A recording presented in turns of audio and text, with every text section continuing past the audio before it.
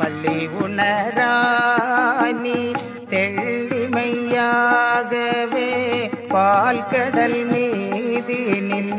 தாக்குடன் உதித்தவா வெள்ளி உதித்திட பள்ளி உணர்த்தவும் வேதநாராயண சீத கோபாலர்க்கு கொள்ளியன வந்த வைகுண்ட கோவனே கோவேங்கிரிவள ஈசர் மருகோனே வள்ளி மணவாளன்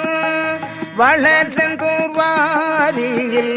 வள்ளி மணவாளன் வளர் செந்தூர்வாரியில்